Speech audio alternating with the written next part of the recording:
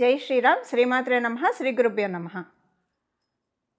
మార్చి ఉగాది రాబోతూ ఉంది. మార్చి 30వ తారీఖు మనం ఉగాది పండుగని సంబరాన్ని మనం జరుపుకుంటాము. ఈరోజు ఒక విశేషాంశము ద్వాదశ రాశుల్లో ఒక రాశి అయిన మీనరాశిలో చోటు చేసుకోబోతుంది. అలాగే నవగ్రహాల్లో మేజర్ ప్లానెట్ మనందరి జీవితంలో ముఖ్య భూమికను పోషించే గ్రహరాజు అయిన శనైశ్వరుడు మీనరాశిలోకి సంచారం 30వ తారీఖు నుంచి, అంటే కరెక్ట్గా ఉగాది రోజు నుంచి మొదలవుతుంది. ఈయన మళ్ళీ 2.5 సంవత్సరాల పాటు మీనరాశిలో సంచారం కొనసాగుతుంది. శనైశ్వరుడు మీనరాశిలో సంచారము ద్వాదశ లగ్నాల వాళ్ళకి ఎలాంటి ఫలితాన్ని సూచిస్తుంది? ముఖ్యంగా ఇప్పుడు మనం తెలుసుకోవాల్సిన అంశం ఏంటంటే, ఇన్నాళ్ళు ఏలినాడు శని అనుభవిస్తున్న రాశుల్లో ఒక రాశి అయిన మకర రాశి వాళ్ళకి ఏలినాడు శని అయిపోతుంది. ఈ ఉగాది నుంచి ఏలినాడు శని అయిపోతుంది. అలాగే అష్టమ శని అనుభవిస్తున్న కర్కాటక రాశి వాళ్ళకి అష్టమ శని అయిపోతుంది. అర్ధాష్టమ శనిని అనుభవిస్తున్న వృశ్చిక రాశి వాళ్ళకి అర్ధాష్టమ శని అయిపోతుంది. చూడండి, ఈసారి ఎంత విశేషాంశం వచ్చిందంటే, మామూలుగానే శనైశ్వరుడు ఒక్కొక్క రాశిలో మారినప్పుడు మనం చాలా ప్రత్యేకంగా చూస్తాము. అందున ఈసారి ఉగాది రోజునే చోటు చేసుకుంది. అంటే ఉగాది రోజు మకర రాశి వాళ్ళు ఏలినాడు శని నుంచి విముక్తి పొందుతున్నారు. కర్కాటక రాశి వాళ్ళు అష్టమ శని నుంచి విముక్తి పొందుతున్నారు. వృశ్చిక రాశి వాళ్ళు అర్ధాష్టమ శని నుంచి విముక్తి పొందుతున్నారు. ఇవే లగ్నాలైనా కూడా మీరు విముక్తి పొందుతున్నట్లే. రాశి మరియు లగ్నం ఈ 3 రాశుల్లో వస్తే కనుక మీరు కూడా విముక్తి పొందుతున్నట్లే. అయితే ఏలినాడు శని, అష్టమ శని, అర్ధాష్టమ శని డెఫినెట్గా ఏదో ఒక మంచి అయితే చేసే వెళ్తుంది. ఆయన ఎంత మనల్ని కొన్ని లైఫ్ లెసన్స్ ఇచ్చినా సరే మంచి చేసే వెళ్తాడు. ఖచ్చితంగా ఏదో ఒక మంచి కర్కాటక రాశి వాళ్ళకి ఇల్లు కొనుక్కోవడమో, పెళ్ళి కాకపోతే పెళ్ళి అవ్వడమో, ఇప్పుడు అంటే కర్కాటక మరియు వృశ్చిక రాశి వాళ్ళకి డెఫినెట్గా ఏదో ఒక ఈవెంట్ ఇంట్లో అయితే అవుతుందండి. అది ఇల్లు కొనుక్కోవడం కావచ్చు, లేకపోతే కనుక పిల్లలకి సంబంధించిన ఏమైనా శుభకార్యాలు కావచ్చు, పెళ్ళిళ్ళు కావచ్చు, ఉపనయనాలు కావచ్చు, ఏదైనా సరే ఒక శుభాంశం అయితే ఖచ్చితంగా ఆయన చేసే తీరుతాడు. ఇప్పుడు అది అయిపోయింది, ఆ పీరియడ్ ఈ రాశుల వాళ్ళకి అయిపోయింది. అలాగే కుంభరాశి వాళ్ళకి ఏలినాడు శని ఇంకా కొనసాగుతుంది, 3వ ఫేజ్లో ఉంటారు. మీనరాశి వాళ్ళకి 2వ ఫేజ్లో ఏలినాడు శని ఉంటుంది. మేషరాశి వాళ్ళకి ఈ సంవత్సరం ఉగాది నుంచి, అంటే కరెక్ట్గా మనకి ఈ ఉగాది నుంచి మేషరాశి వాళ్ళకి ఏలినాడు శని స్టార్ట్ అవుతుంది. అలాగే అష్టమ శని సింహరాశి వాళ్ళకి మొదలవుతుంది. ఇప్పుడు అర్ధాష్టమ శని ధనుర్రాశి వాళ్ళకి మొదలవుతుంది. ఇప్పుడు ఏలినాడు శనిలో ఈ ఉగాది నుంచి ఉండేవాళ్ళు ఎవరెవరంటే కుంభరాశి వాళ్ళు, మీనరాశి వాళ్ళు మరియు మేషరాశి వాళ్ళు. ఈ 3 రాశుల వాళ్ళకి ఏలినాడు శని జరుగుతుంది. అష్టమ శని సింహరాశి వాళ్ళకి జరుగుతుంది. అర్ధాష్టమ శని ధనుసు రాశిలో పుట్టిన వాళ్ళకి జరుగుతుంది. మీరు ఈ రాశుల్లో పుట్టినా లేదా ఈ లగ్నాల్లో పుట్టినా సరే ఏలినాడు శని, అష్టమ శని, అర్ధాష్టమ శని ఎఫెక్ట్ ఉంటుంది. అసలు శనైశ్వరుడు మీనరాశిలోకి రాక ద్వాదశ రాశుల వాళ్ళకి ఎలాంటి ఫలితాన్ని ఇస్తుంది, ద్వాదశ లగ్నాల వాళ్ళకి ఎలాంటి ఫలితాన్ని ఇస్తుందో ఇప్పుడు మనం చూద్దాం. ఇందులో మోస్ట్ బెనిఫిటెడ్ రాశి మనం మీనరాశిలోకి శనైశ్వరుడు అడుగు పెడుతున్నాడంటే 2.5 సంవత్సరాల పాటు ఇక్కడ ఉంటారు. 2.5 సంవత్సరాల పాటు మీనరాశిలో శనైశ్వరుడు సంచారము మోస్ట్ బెనిఫిటెడ్ రాశులు వచ్చేసేసి అందులో ఒకటి వృషభ రాశి. మీరు వృషభ లగ్నంలో పుట్టిన శనైశ్వరుడు ముందే మీకు పరిపూర్తి రాజయోగాన్ని ఇస్తాడు. అందులో ఆయన ఇప్పుడు లాభస్థానంలో సంచారం చేస్తున్నారు. అలాగే తులారాశి వాళ్ళకి షష్ఠ స్థానంలో సంచారం చేస్తూ ఉన్నారు.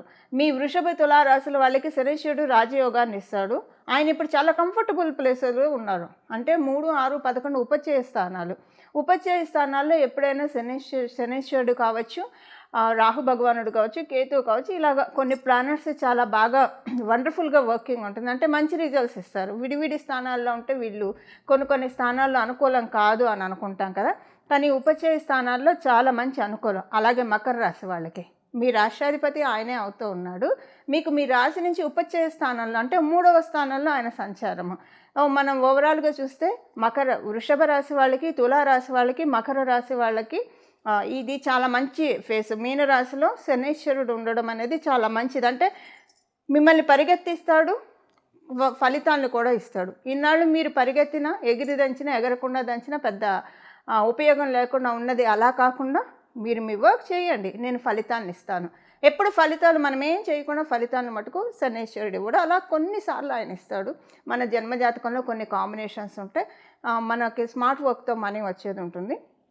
బట్ ఇప్పుడు మీకేంటంటే కొంచెం ఈజీగా పనులన్నీ అవుతూ ఉంటాయి అన్నమాట. ఇదివరకు చాలా కాలం లాగైనవి ఇప్పుడు తొందరగా అయిపోతాయి. ఇదొకటి ఈ 3 రాసుల వాళ్ళకి. మరి మిగతా రాసుల వాళ్ళ సంగతి ఏంటి అంటే మిగతా రాసుల వాళ్ళకి ఈ ఉగాది మొదలుకొని వచ్చే ఉగాది వరకు కర్కాటక రాశి వాళ్ళకి శనీశ్వరుడి సంచారము నవమ స్థానంలో జరుగుతుంది. ఇది చాలా మంచిది. అంటే మనం చంద్రస్థానం నుంచి చంద్రస్థానం చూసుకుంటే ఆ రోజు చంద్రుడు నవమ స్థానంలో ఉంటాడు. మనకి ఉగాది రోజు కరెక్ట్గా చంద్రుడు నవమ స్థానంలో ఉంటున్నాడు. సో నవమ స్థానంలో చంద్రుడు ఉండగా ఏలినాటి శని జరుగుతూ ఉందంటే చాలా మంచిది. అది అంటే మనకి ఒకటి 1 to 9 యాక్సిస్లో పడింది కాబట్టి ఈ సంవత్సరము మీకు చాలా బాగుంటుంది. శనీశ్వరుడు చెడు రిజల్ట్స్ అయితే ఇవ్వడు. అలాగే వృశ్చిక రాశి వాళ్ళకి కూడా పంచమ స్థానంలో జరుగుతుంది. చంద్రభగవానుడు పంచమ స్థానంలో ఉండడం వల్ల ఈ ఇయర్ మీకు కూడా బాగుంటుంది. అంటే ఈ ఇయర్ వరకు నేను చెప్తున్నా, మొత్తం ఏలినాటి శని మొత్తం చెప్పట్లేదు. ఇప్పుడు మకర రాశి వాళ్ళకి, తులారాశి వాళ్ళకి, వృషభ రాశి వాళ్ళకి మొత్తం ఏలినాటి శని అంతా సూపర్బ్ వెళ్తుంది. మళ్ళీ మీ జన్మజాతకాన్ని అనుసరించి మీ జన్మజాతకం చాలా సపోర్టింగ్ ఉంటే ఇంకా అసలు చూసుకొని అక్కడ చాలా బాగుంటుంది. ఒకవేళ మీ జన్మజాతకం సపోర్టింగ్గా లేకపోతే ఏలినాటి శనితో చాలా సేఫ్ గార్డ్ అవుతారు. అయితే ఈ సంవత్సరం వరకు ఈ ఉగాది మొదలుకొని నెక్స్ట్ ఉగాది వరకు కూడా కర్కాటక రాశి వాళ్ళకి నవమ స్థానంలో శని సంచారం అనుకూలం. ఎందుకంటే మీ రాష్ట్రాధిపతి అయిన చంద్రభగవానుడు కూడా అక్కడే ఉన్నాడు. 1 to 9 యాక్సెస్ పడింది కాబట్టి. అలాగే వృశ్చిక రాశి వాళ్ళకి ఇది కూడా చాలా మంచి సంచారము. ఇప్పుడు మనము శనీశ్వరుడు ఏ రాశుల వాళ్ళకి ఎలాంటి ఫలితాలు ఇస్తారు, దీని నుంచి అసలు ఏమన్నా జాగ్రత్తలు సూచిస్తున్నాడా, ఈ విషయాలన్నీ మనం ఇప్పుడు ఒకసారి చూద్దాం. అసలు శనీశ్వరుడు అంటే చాలా భయపడుతూ ఉంటారు అందరూ. కానీ మనకి ప్రతి ప్లానెట్ కూడా మన మీద ఏం పగపట్టవు. అసలు వాళ్ళ తత్వం మనం తెలుసుకుంటే కనుక వాళ్ళల్లో ఉన్న బ్యూటిఫుల్ రిజల్ట్స్ని మనం తీసుకోవచ్చు. అంటే ఆ గ్రహ దేవతల్లో ఉన్న ఆశీస్సుల్ని మనం అందుకోవచ్చు. ఇందులో ఒక బ్యూటిఫుల్ క్వాలిటీ శనీశ్వరుడికి సంబంధించి ఇప్పుడు మనం తెలుసుకుందాము. ఏదన్నా గ్రహం మనకి ఏదన్నా ఇస్తే అది ఒక్కొక్కసారి మన జన్మజాతకము సపోర్ట్ చేస్తే కొంతకాలం వరకు ఉంటుంది. కొంతకాలం తర్వాత అది ఎక్స్పైర్ అయిపోతూ ఉంటుంది, లేదా కొంత కొనసాగవచ్చు. కానీ శనీశ్వరుడు ఎప్పుడైనా ఒకసారి వరాన్ని అనుగ్రహించినా, లేదా ఆయన ఒకవేళ మనకి శిక్షణనిచ్చినా అది చాలా కాలం ఉంటుంది. ఎందుకంటే ఆయన ఇవ్వడం కూడా నెమ్మదిగా ఇస్తాడు, దీర్ఘకాలికంగా ఇస్తాడు. మీకు ఉదాహరణకి చెప్తే శనీశ్వరుడు ఏదైనా రోగాన్ని ఇచ్చాడంటే అది ఇంకా ఒక పట్టాన తగ్గనివే. అంటే శనీశ్వరుడు ఇచ్చే రోగాలు అంటే ఆయనే రోగాన్ని ఇస్తారని కాదు. ఇప్పుడు షుగర్ ఇలాంటివి అయితే వేరే వేరే గ్రహాలు ఇస్తాయి మనకి. అంటే నేను మీకు అర్థం కావడానికి చెప్తున్నాను. ఏదైనా ఒక రోగం ఇప్పుడు షుగర్ ఇలాంటివి వస్తే వాటిని మనం కంట్రోల్ చేసుకోవడమే కానివ్వండి, దానికి మనకి తగ్గడం అనేది ఉండదు. జస్ట్ కంట్రోల్లో ఉంచుకోవడం వరకే మన చేతిలో ఉంటుంది. షుగర్ కావచ్చు, బీపీ కావచ్చు. అంటే ఇవి ఇప్పుడు శనీశ్వరుడు ఇస్తాడని కాదు, జస్ట్ అది మనకి వేరే వేరే గ్రహాలు ఇచ్చినా నేను మీకు అర్థం కావడానికి ఎగ్జాంపుల్గా చెప్తున్నాను. సో ఇలాగా మనకి ఏదైనా ఒక రోగం వస్తే చాలా కాలం అలా ఉన్నట్టు, ఎవరికైనా రోగం వస్తే ఇలాంటివి వస్తే కనుక చాలా కాలం ఉన్నట్లు, శనీశ్వరుడు ఇచ్చే యోగము అసలు అవయోగమైనా సరే యోగమైనా చాలా ఎక్కువ కాలం ఇస్తాడు. ఆయన ఇవ్వడంలో పీనాస్థానం చూపించడు, అది దండించడంలో అయినా పీనాస్థానం నిష్పక్షపాతంగా నిష్కర్షగా దండించేస్తాడు ఆయన. అలాగే ఆయన వరాలు ఇవ్వాలనుకున్నా సరే చక్కగా ఇస్తాడు ఆయన. అంటే చాలా కాలం మన దగ్గర ఉండిపోతుంది. ఇప్పుడు శనీశ్వరుడు ఎవరికైనా చాట్లో బాగా ఉంటే డెఫినెట్గా వాళ్ళకి గవర్నమెంట్లో మంచి పొజిషన్, లేదా పాలిటిక్స్లో మంచి పొజిషన్ ఇలాంటివి ఆయన ఇస్తాడు. అది కూడా దీర్ఘకాలికంగా ఏదైనా వ్యవస్థలో ఎవరైనా కొనసాగుతూ ఉన్నారు అంటే కనుక ఖచ్చితంగా వాళ్ళకి వాళ్ళ వెనక శనీశ్వరుడు బ్లెస్సింగ్స్ ఉంటేనే అలా కొనసాగుతారు. ఇలా శనీశ్వరుడు యొక్క బ్యూటీ కూడా మనం తెలుసుకోవాలి. కొంతమంది తరతరాలకి ఆస్తులు ఇస్తూ ఉంటారు. శనీశ్వరుడు బలం మరియు రాహుకేతువుల బలం ఉంటే కనుక వీళ్ళ తర్వాత తరం వాళ్ళు కూడా అనుభవించేంత ఇచ్చేంత అర్హుల్ని మనల్ని చేస్తారు. సో శనీశ్వరుడు యొక్క ఆశీస్సులను అందుకోవడానికి ఆయన గురురాశి అయిన మీనరాశి, అలాగే ఈ మీనరాశి మనం భగవంతుడి పాదం అని కూడా చెప్తాం. విష్ణుమూర్తి పాదము, అమ్మవారి పాదము, వెంకటేశ్వర స్వామి పాదము, రుద్రుని పాదము. ఈ మీనరాశి అంటేనే పాదాన్ని సూచిస్తుంది. ఎవరి పాదాన్ని? మన పాదాన్ని కాదు, పరమాత్మ యొక్క పాదాన్ని. ఇప్పుడు కనుక మనం చాలా గట్టిగా పరమాత్ముడి యొక్క పాదాన్ని పట్టుకుంటే ఎప్పుడు అసలు అంటే ఈ లౌకికమైన విషయాలు మనం ఎంతవరకు ఉండాలో అంతవరకే ఉంటూ ప్రాపంచిక విషయాల్లో మన పాత్ర ఎంతవరకో, మన కర్తవ్యం ఎంతవరకో అంతవరకే ఉంటూ, ఇక మిగతా సమయాల్లో అనవసరమైన చిట్‌చాట్లు వీటిలకి వెళ్ళకుండా, మన జీవితాన్ని కనుక మనము మన పనులు మనం చేసుకుంటూ, భగవంతుడి ఆరాధనలో మనం మనసుని నిష్కల్మషంగా నిలిపితే కనుక చూడండి, ఈ 2½ ఇయర్స్‌లో శనీశ్వరుడు డెఫినెట్‌గా జాడించి మంచి రిజల్ట్స్ ఇస్తాడు. ఖచ్చితంగా ఇచ్చే తీరుతాడు. కర్మకారకుడు. ఇప్పుడు మనం చేసే కర్మలన్నీ కూడా మనల్ని బ్యాలెన్స్ చేసే టైం. అంటే వ్యయ స్థానం 12వ స్థానం. ఈ వ్యయ స్థానంలో వ్యయం అంటే ఏదైనా మన పాపకర్మలు వ్యయం అయిపోవడమే. పుణ్యకర్మలు కూడా వ్యయం అవుతాయండి. మనం అనుభవిస్తూ ఉంటే మనం ఆనందపడుతున్నామంటే అక్కడ పుణ్యకర్మ ఖర్చు అయిపోతున్నట్టు. మళ్ళీ మనం దాన్ని కొన్ని తెచ్చుకోవడానికి మళ్ళీ మనం సాధన చేయాలి. అలాగే కొన్నిసార్లు మనం తెలిసి తెలియక చేసే తప్పుల వల్ల కూడా పుణ్యకర్మ వ్యయం అయిపోతుంది. సో ఆల్ ద టైం మనల్ని మనం ఒక చెక్ పెట్టుకోవాలి. ఇదొకటి. సెకండ్ థింగ్ ఏంటంటే పాపకర్మలు వ్యయం చేసేసే టైం అనమాట ఇది. మీరు చాలా ఇబ్బందుల్లో ఉన్నారంటే ఇప్పుడు కనుక భగవంతుడి పాదాన్ని గట్టిగా పట్టుకుంటే కనుక మీకు చాలా కొండంత భారాన్ని ఆయన తీసేస్తాడు. ఇమ్మీడియట్గా రిజల్ట్స్ రాకపోయినా ముందు అసలు ట్రాఫిక్ క్లియర్ అయితేనే కదా మనం చేరుకోవాల్సిన డెస్టినేషన్ చేరుకునేది. అలా ట్రాఫిక్ని క్లియర్ చేస్తాడు. పాపరాశి అంతా కూడా చాలా వరకు కరిగించేస్తాడు. అలానే మంచి రిజల్ట్స్ కూడా ఇస్తాడు.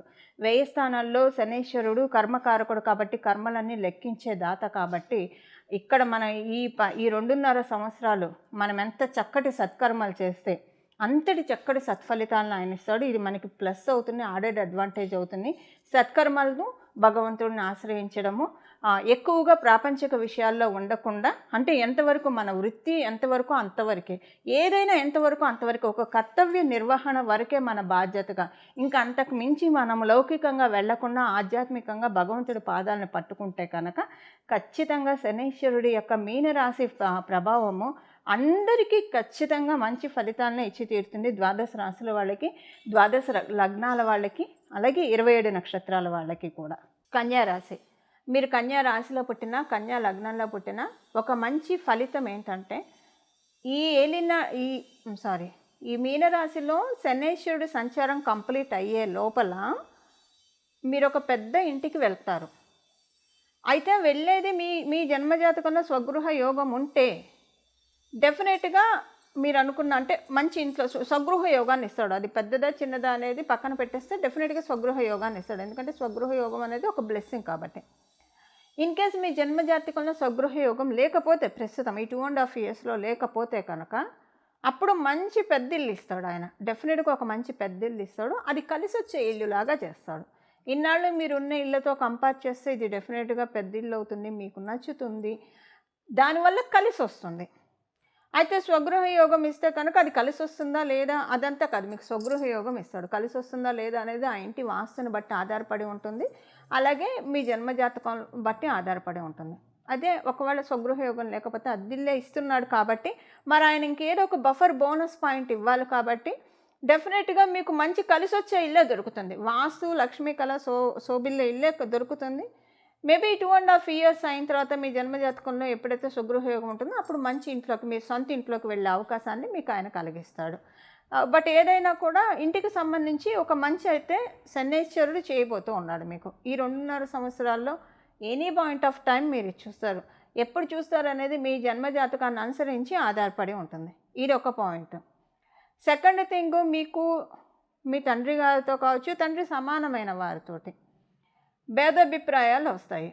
అంటే మీ నాన్నగారు, బాబాయ్ గారు, లేదా మామయ్య గారు, లేదా తండ్రి సమానంగా ఉన్నవాళ్ళు ఎవరైనా సరే వాళ్ళతోటి, అంటే మేజర్గా మీ తండ్రి గారికి అప్లికేబిలిటీ ఉంటుంది.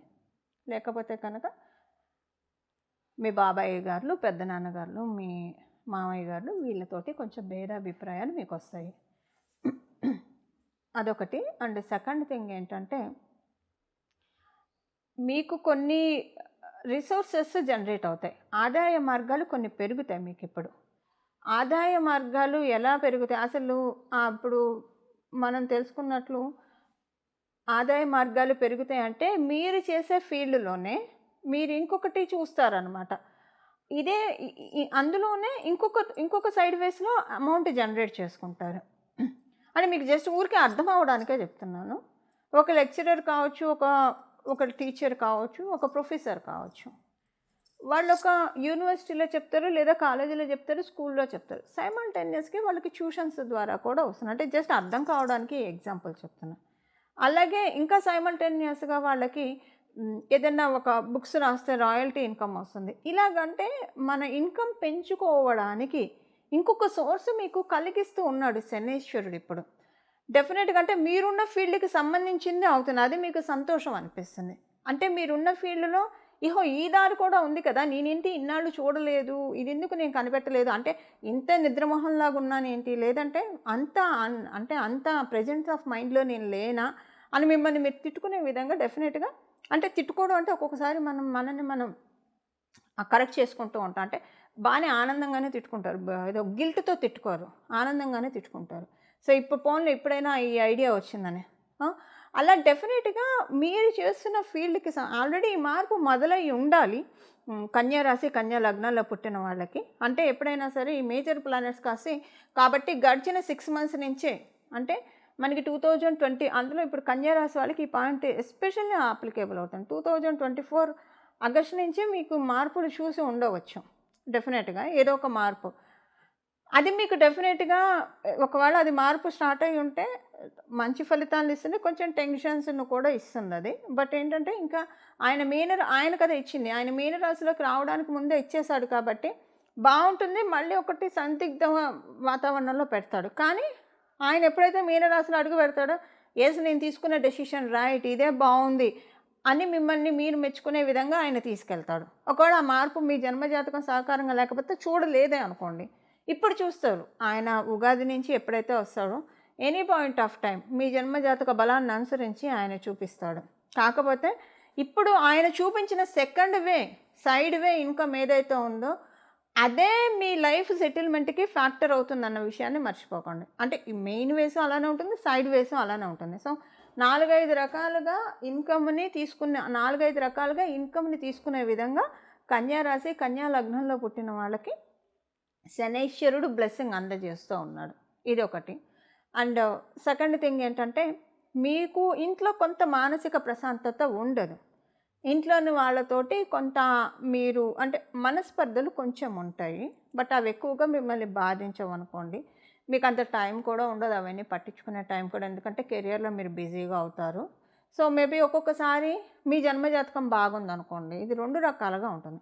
మీ జన్మజాతకం సపోర్టింగ్‌గా లేకపోతే అప్పుడేంటంటే మీకు ఇంట్లోని వాళ్ళే ఏంటి శత్రువులు అంటే మన వాళ్ళే కదా! అసలు అర్థం చేసుకోవట్లేదేంటి? అసలు చాలా ఇబ్బందులుంటాయి. మానసిక సంఘర్షణ ఇంట్లో వాళ్ళతోటి ఎక్కువగా ఉంటుంది. మీ జన్మజాతకం బాగా ఉందనుకోండి, అప్పుడు మీరు పనిలో బాగా బిజీ అయిపోతారు. బిజీ అయిపోయి ఇంట్లో వాళ్ళకి సమయం కేటాయించలేక మిమ్మల్ని మీరే తిట్టుకుంటారు. అరే! మన ఇంట్లో వాళ్ళకి మనం సమయం కేటాయించుకోకపోతే ఇలా ఎంత చేసినా, ఏం చేసినా మన వాళ్ళ కోసమే కదా! కాస్త 4 ముద్దలు తినటానికి ప్రశాంతంగా కుటుంబ సభ్యులతో కలిసి 4 మంచి మాటలు మాట్లాడుకోవడానికే కదా! అది చెయ్యలేకపోతున్నానే అన్న బాధ ఉంటుంది. ఏదో ఒకటి ఉంటుంది. అది ఏంటి అనేది మీ జన్మ జాతకాన్ని అనుసరించి ఆధారపడి ఉంటుంది. ఇదొకటి. అండ్ సెకండ్, మీ తల్లిగారికి కనుక ఏవైనా ఆరోగ్య రుగ్మతలు ఉంటే వాటిల నుంచి ఇప్పుడు శనీశ్వరుడు బయటపడేస్తూ ఉన్నాడు. ఆవిడ ఆరోగ్య సమస్యల నుంచి చక్కగా బాగా ప్రోగ్రెసివ్, మీ తల్లిగారు కావచ్చు, మీ అత్తగారు కావచ్చు, తల్లి సమానమైన వారు కావచ్చు, వారికి ఆరోగ్య సమస్యల నుంచి గట్టెక్కిస్తూ ఉన్నాడు శనీశ్వరుడు. ఇంకా సంతానం విషయాల్లో ఆయన ప్లస్ చేయట్లేదు, మైనస్ చేయట్లేదు. అది మీ జాతకాన్ని బట్టి, వారి జాతకాన్ని బట్టి ఆధారపడి ఉంటుంది. ఏదైనా కన్యా రాశి వాళ్ళకి ఓవరాల్గా మనం చూస్తే, కన్యా లగ్నాల్లో పుట్టిన వాళ్ళకే కావచ్చు, మంచి ఫలితాలను ఆయన అందజేస్తూ ఉన్నాడు. ఇది మీ జన్మజాతకం సపోర్ట్ చేస్తే మీరు త్వరితగతిన చూస్తారు. లేకపోతే కొంత టైం ఫ్రేమ్‌లో డెఫినెట్‌గా మీరు చూసే తీరుతారు. ఇవి కన్యా రాశి, కన్యా లగ్నంలో పుట్టిన వాళ్ళకి శనీశ్వరుడు ఇచ్చే ఫలితాలు. చూశారు కదండీ! ఈ శనీశ్వరుడి సంచారము ద్వాదశ రాశుల వాళ్ళకి, అలాగే ద్వాదశ లగ్నాల వాళ్ళకి ఎలాంటి ఫలితాన్ని ఇస్తుందో ఇప్పుడు చేసుకోవాల్సిన పరిహారం చూద్దాము. శనీశ్వరుడు మీనరాశిలో ఉండంగా చేసుకోవాల్సిన పరిహారం ద్వాదశ రాశుల వాళ్ళకి వీరభద్రస్వామి వారి ఆరాధన. వీరభద్రస్వామి వారి దండకం చదువుకోవడం కావచ్చు, వీరభద్రస్వామి వారి అష్టోత్తరం చదువుకోవడం కావచ్చు, లేదా నేను ఒక నామాన్ని చెప్తాను. ఈ నామాన్ని బాగా స్మరించడం వల్ల కాలభైరవ స్వామి వారిని కానివ్వండి, వీరభద్ర స్వామి వారి ఆరాధన కానివ్వండి, చాలా చక్కటి సత్ఫలితాలను వస్తుంది. మీన రాశి అంటేనే మనకి సహజ కాలపురుషుడు కుండలిలోంచి 12వ స్థానం, వ్యయ స్థానం. మన రాత్రిపూట మన నిద్రా సౌఖ్యం ఎలా ఉంటుందని సూచించే రాశి మనకి కాలపురుషుడు కుండలిలో నుంచి మీనరాశి. అలాగే ఎవరి రాశుల ప్రకారం వాళ్ళకి 12వ స్థానం సూచిస్తుంది. బట్ ఇది అందరికీ అప్లికేబుల్ అయ్యే రాశి కాబట్టి మీరు చూడండి, కాశీకి క్షేత్రపాలకులు వారాహి అమ్మవారు, అలాగే కాలభైరవ స్వామి వారు కూడా కాశీ క్షేత్రాన్ని పరిరక్షిస్తూ ఉంటారు. మీరు శ్రీశైలం వెళ్తే శ్రీశైలంలో అక్కడ వీరభద్ర స్వామి ఆలయం ఒకటి ఉంటుంది. అంటే మొత్తం ఓపెన్గా ఉంటుంది, అంటే ఓపెన్ కార్ లాగా ఓపెన్గా ఉంటుంది. చుట్టూ 4 గోడలు ఉంటే అక్కడ ఉంటారు. అంటే కొన్ని క్షేత్రాల్లో క్షేత్రపాలకులు ఉంటారు. ఎందుకు ఉంటారు? రాత్రిపూట ప్రత్యేకించి ఉగ్రదేవి దేవతలు రాత్రిపూట ఆ క్షేత్రాన్ని కాపాడుతూ ఉంటారు, సంచారం చేస్తూ కాపాడుతూ ఉంటారు.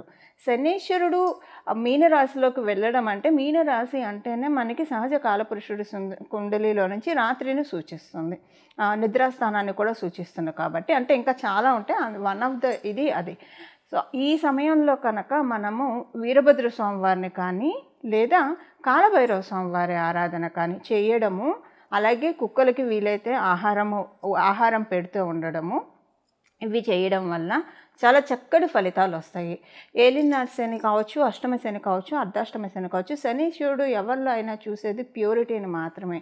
మనం కనుక మన ప్యూరిటీని మనం మెయింటైన్ చేస్తూ ఉంటే ఏ గ్రహ దేవతలు మనల్ని బాధించలేవు. అంటే ప్యూరిటీ అంటే ఎప్పుడూ కూడా నిష్కల్మషమైన మనసుతోటి, మంచి ఆలోచనలతోటి, సానుకూల దృక్పథంతో, సచ్చింతనతోటి మనల్ని మనం పెట్టుకుంటూ ఉంటే కనుక అప్పుడు గ్రహదేవతలన్నీ కూడా వాటి బ్లెస్సింగ్స్ని మనకి ఇవ్వడం ప్రారంభిస్తాయి. అందులో మనకి శనీశ్వరుడు అయితే ఇంకా ఎక్కువగా, ఇప్పుడు మనకి అన్ని గ్రహాలు ఇచ్చే దీవెనను ఒక ఎత్తు అయితే, శనీశ్వరుడు ఇచ్చే దీవెనను మటుకు ఖచ్చితంగా అన్నిటికంటే మించి అనే చెప్పాలి. చూడండి, ఆయన ఏది ఇచ్చినా సరే, ఇప్పుడు మనం చేసుకోవాల్సిన పరిహారం చూద్దాము. వీరభద్రస్వామి దండకం కావచ్చు, వీరభద్రస్వామి అష్టోత్తరము, మీ ఇంటి దగ్గర ఏమైనా వీరభద్రస్వామి వారి ఆలయాలు ఉంటే అక్కడికి వెళ్ళడం. కొంతమంది వీరభద్రస్వామి వారి పీఠాలు పెట్టుకుంటారు, పీఠాలకు వెళ్ళి దర్శించి రావడము. ఒకవేళ ఇవేవి లేవు అంటే ఇప్పుడు నేను చెప్పబోయే నామము కాలభైరవ స్వామి అయితే మనకి శివాలయాల్లో కనిపిస్తూ ఉంటారు. సో కాలభైరవ స్వామి వారిని తరచూ దర్శనం చేసుకుంటూ రావడము, కాలభైరవ స్వామి వారి ఆరాధన ఇది చేసుకుంటే కనుక మనకి మీనరాశిలో ఉన్న శనీశ్వరుడు చాలా చక్కటి ఫలితాన్ని ఇస్తారు. ఇప్పుడు వీరభద్ర స్వామి వారికి సంబంధించిన ఒక నామము మనం ఒకటి తెలుసుకుందాము. అలాగే భద్రకాళి అమ్మవారి ఆరాధన కూడా శనీశ్వరుడు చక్కటి ఫలితాన్ని ఇవ్వడానికి చక్కగా తోడ్పాటుగా ఉంటుంది. ఇప్పుడు మనం వీరభద్ర స్వామి వారికి సంబంధించిన ఒక నామాన్ని తెలుసుకుందాము. ఇది మీరు ఎప్పుడైనా సర్వకాల సర్వావస్థలో నామం కాబట్టి జపించుకోవచ్చు. మీకు వీలు కుదిరినప్పుడల్లా ఏ పనిలో ఉన్నా మనసులో ఈ నామాన్ని జపించుకోవడం వల్ల చాలా చక్కటి ఫలితాలు వస్తాయి. మీ జన్మ జాతకంలో ప్రతికూలతలు ఆయన ఏమన్నా ఇస్తుంటే వాటిని తొలగించి అనుకూల ఫలితాలని మనందరికీ కూడా అందజేస్తారు. ఈ నామం వచ్చేసేసి భద్రకాళి పాహిమాం వీరభద్ర రక్షమాం. భద్రకాళి పాహిమాం వీరభద్ర రక్షమాం. భద్రకాళి పాహిమాం వీరభద్ర రక్షమాం. ఈ నామాన్ని జపించాలి. ఈ నామాన్ని ఎప్పుడైనా జపించవచ్చు, సర్వకాల సర్వవస్థలో ఈ నామాన్ని జపించవచ్చు. నామానికి ఏ రకమైన అంటే నామానికి ఎలాంటి మనకి ఆచారాలు పాటించాల్సిన అవసరం లేదు. అందువల్ల ఈ నామాన్ని జపించడం వల్ల ఈ 2.5 years కూడా శనీశ్వరుడు ఇచ్చే మంచి రిజల్ట్స్ని మనందరం కూడా తీసుకోవడానికి చక్కటి అవకాశం ఉంటుంది. అలా మనందరం కూడా నవగ్రహ దేవతల ఆశీస్సులు తీసుకొని మన జీవితం అంతా శుభాంశాలతోటి అనుకూలంగా సాగాలని చెప్పి మనందరి తరఫున నేను కూడా ప్రార్థిస్తూ మంగళం. నమో భగవతే వాసుదేవాయ.